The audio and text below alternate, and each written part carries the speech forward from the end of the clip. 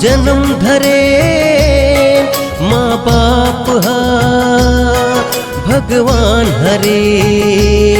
ये माटी के बखान करैया माँ बाप हा भगवान हरे। ई भुइया माँ राजा दशरथ जैसे पिता भी जन्म लीस, जेकर 4 जन बेटा रहीस, नाम रहीस राम लखन भरत और शत्रुघ्न। माँ बाप के चरण कमला अपन मात के किस्मत समझिस।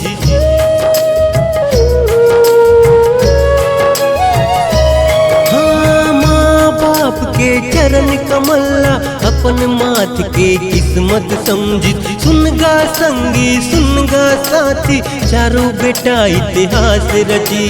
मोरो जीवन में बस ये है अर्जी अर्पण करूं पूरा जिंदगी। बस दुख रही ये दुनिया में मतलब के इंसान रही। ये दुनिया माँ हम जन्म धरे माँ बाप भगवान हरे।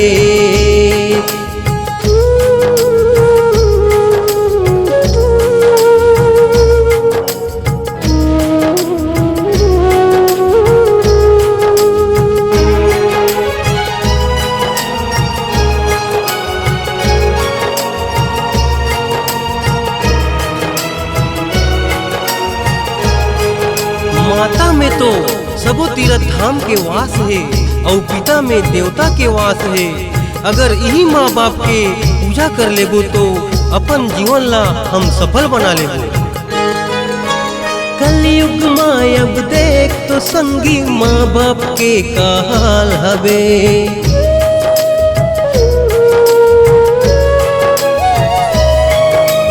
कलयुग माँ अब देख तो संगी माँ बाप के का हाल हवे। बेटा बहू सब हो के भी संगी अनाथ जैसे पड़े हवे। जेकर कोखले हम जन्मे हन उंगली पकड़ के हम चले हन। जन्म भुलावा माँ बाप ला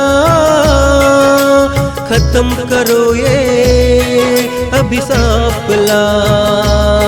ये दुनिया माँ हम जन्म धरे माँ बाप भगवान हरे।